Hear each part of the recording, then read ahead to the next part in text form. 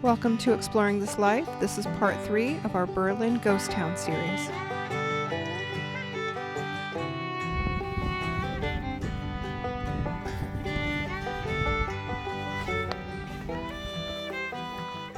Alright, Corey and I are on separate paths. I'm going to do all the outskirts, all the paths that go around the old mining town of Berlin.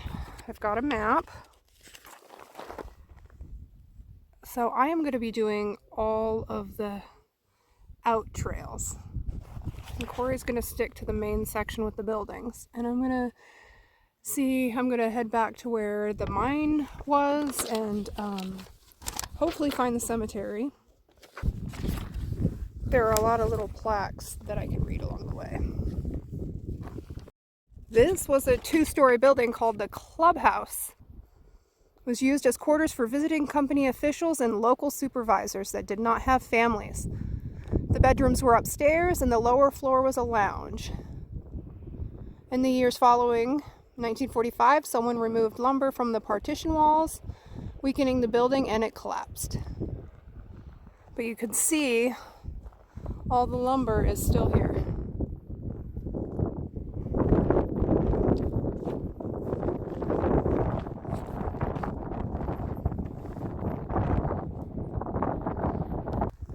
So I'm on the Berlin Canyon Trail.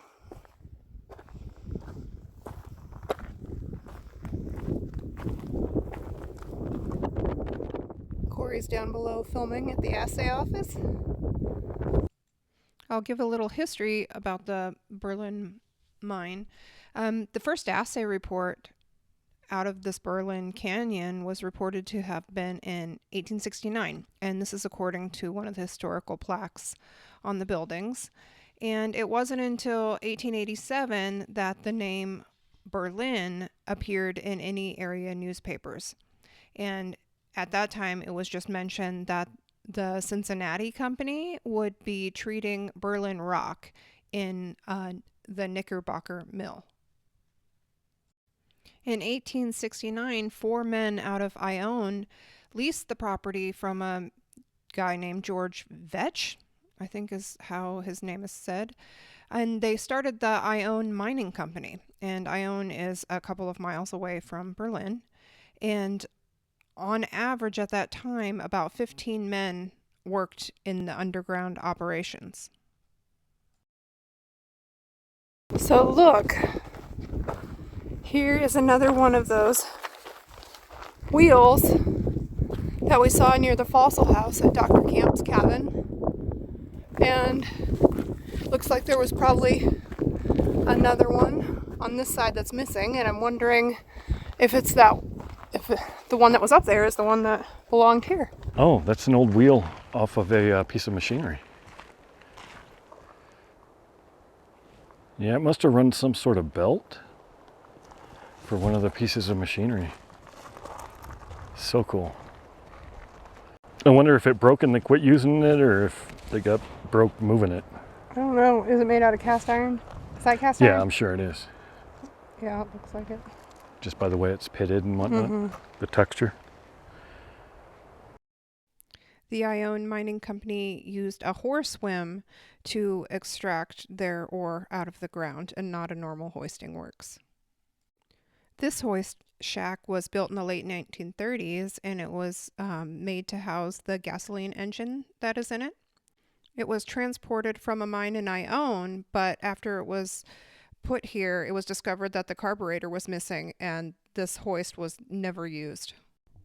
Between 1897 and 1898, the Ione Mining Company pulled out about $70,000 worth of silver from the 100-foot depth up to the surface. And it wasn't as profitable as they had hoped, and so they weren't able to fully develop the mine, and they sold it to the Nevada company, which was owned by A.J. Stokes. And the Stokes family is the family that owns that Stokes Castle in Austin. The Nevada company may have used the horsewhim in the beginning of their operation, but then they constructed a really big hoist shack, and the hoist shack contained 3 steam boilers and 2 hoist engines. and it covered double incline shafts. The operation worked day and night, and all the supplies, the ore, the waste, and the men entered or left by the incline. And miners rode in a special car, and this is how it's described. It was basically a flat car where the miners sat lined up in a row with legs around the person in front. History also says that the incline had a dual rail system and was worked to a depth of 360 feet with 8 levels and had approximately 3 miles of diggings. And by May of 1901, 67 men worked in the mine. It is estimated that about $849,000 was the end production of the Berlin mine. And that was at a time when gold was about $20 an ounce and silver was about 60 cents an ounce. In 1907, the miners, however, struck for a raise in pay, and they wanted it to go up to $4 from $3.50. And the mine superintendent at the time could not provide those wages, and so he shut the mine down. In the late 1930s, when the gasoline engine was brought from Ione, 2 men intended on reopening the mine, but when it was discovered that the carburetor was missing, the operation never got going. This location was the site of the change room, and it was the storeroom for supplies, and the change room was where miners could take showers and baths and change clothes after the shift. And then, so this would have been where the change room was. You can see some remnants of the lumber with nails in it, some metal. So essentially it was a storehouse and bathhouse.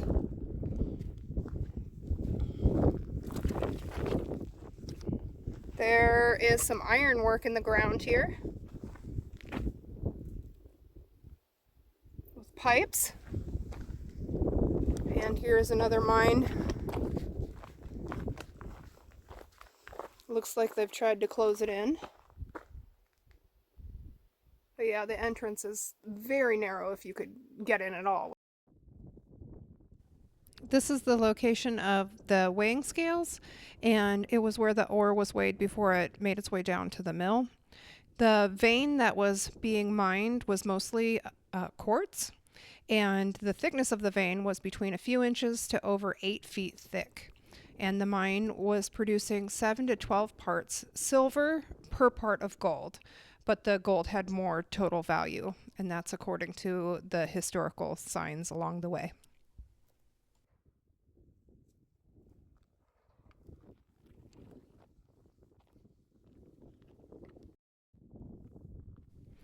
This was the site of the mine privy, and the sign is kind of funny. It reads, "Over this walled pit stood a large privy. It was not the deluxe type featuring multiple holes. In fact, it had no holes at all.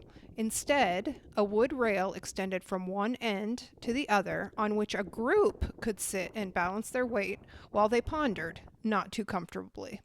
So, I don't think I would like that very public privy.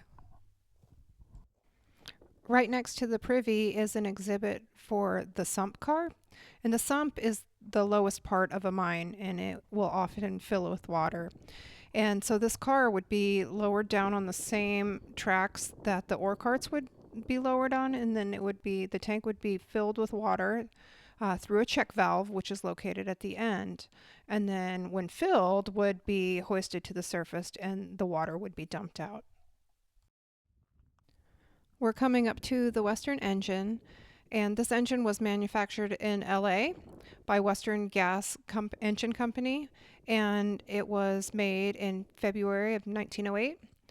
And it was first sold to the Coalition Crown Mining Company in Rawhide, Nevada, and the second owner was J.W. Ransing, and there's no date or location for that. But the third owner was Miller and Lappet of Rand, Nevada, also no date. And the fourth owner was Jack Schwebel of Ione, Nevada. And there are no factory records after this date. And the Western has a horsepower rating of 12, and the factory test run was at 13.6 horsepower at 340 RPM. And the governor is mounted on a flywheel, and the original paint was red, and the engine weight is approximately 7,000 pounds. This mine hoist, while not as complete or in good condition as the Alamo, located in the hoist house, is nonetheless a fine example of the turn of the century technology. This is the mill that we've talked about in previous episodes, which Corey has filmed from down below. This is the top side of it. It goes up several stories from the very bottom up to here where the ore carts would come in through the back.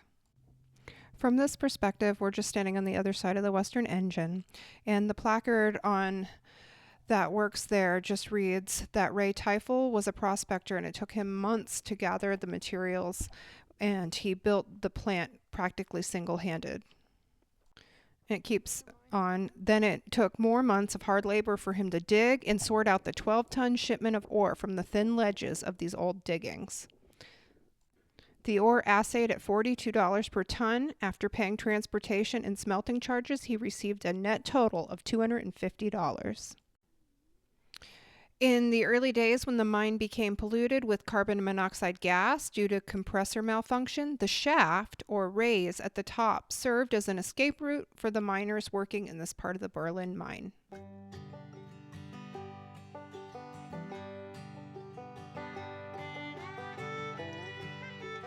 We hope you enjoyed part 3 of our Berlin ghost town.